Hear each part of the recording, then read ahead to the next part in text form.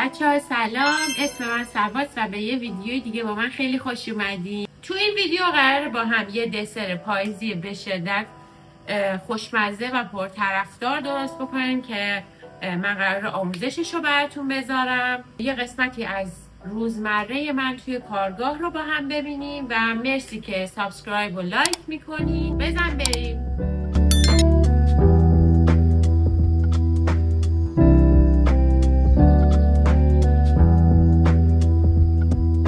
توی مسیر که بودم متوجه شدم که یه سری سفارش دارم و دیدم که یه سری مواد اولیه هم تموم شده، پس رفتم فروشگاه که یه سری خریدار رو انجام بدم.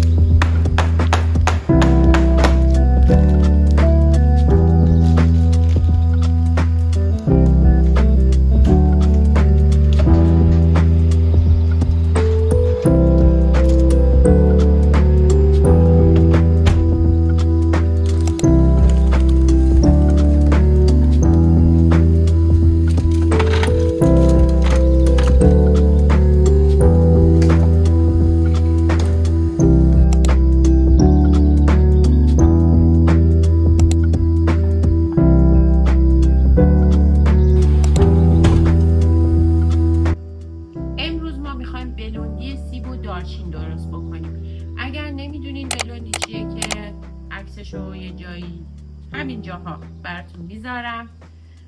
برای درست کردنش فقط به همین مقدار مواد نیاز داریم. موادمون به 3 قسمت تقسیم میشه. اصلی ترینش سیب قرمز. توجه داشته باشین که حتما سیبتون باید قرمز باشه. 3 قسمت مواد لازم داریم. این برای قسمت سیب و دارچین ماجراست. این برای تاپینگ که شامل دارچین و شکر سفید میشه و این هم که مواد پایه خمیر بلوندیه که شما میتونین با استفاده از همین مواد ولی میوه های دلخواهتون، مثلا الان فصل چیزای گرمه مثل هویج و گردو یا حالا میوه های گرم دیگه، این خمیر پایه است. شما میتونین با هر تجهیزاتی که دارین تو خونه، با هر نوع فری که دارین میتونین درستش بکنین و به شدت پیشنهادش میکنم. بریم برای شروع کار. ولی قبل از شروع لازمه که من بچه جدیدم رو آنباکسش کنم. شما ببینینش. این بچه جدید من، خودم نخریدمش، دست مامانم درد نکنه. بیاین با هم بازش کنیم.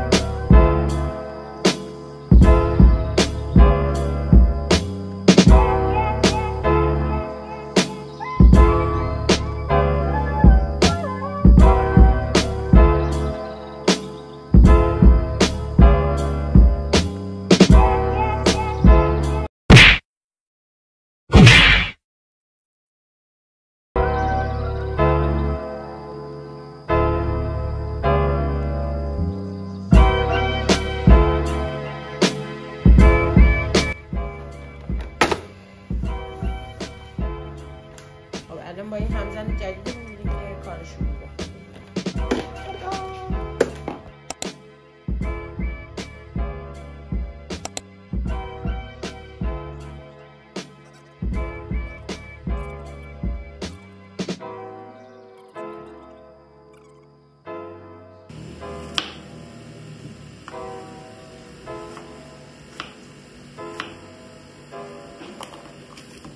خیلی ریز نباشه سیبا که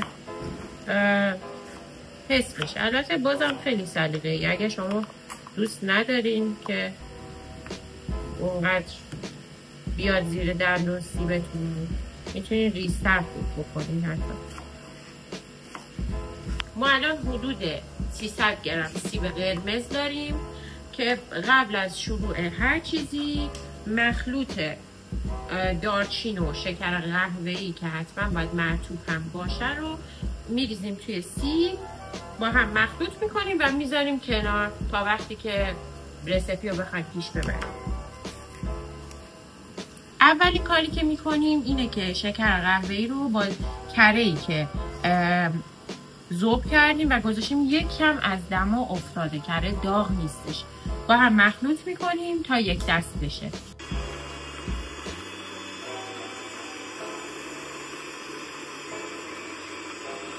میذاریم که قشنگ یک دست بشه، دونه های شکر معلوم نباشه.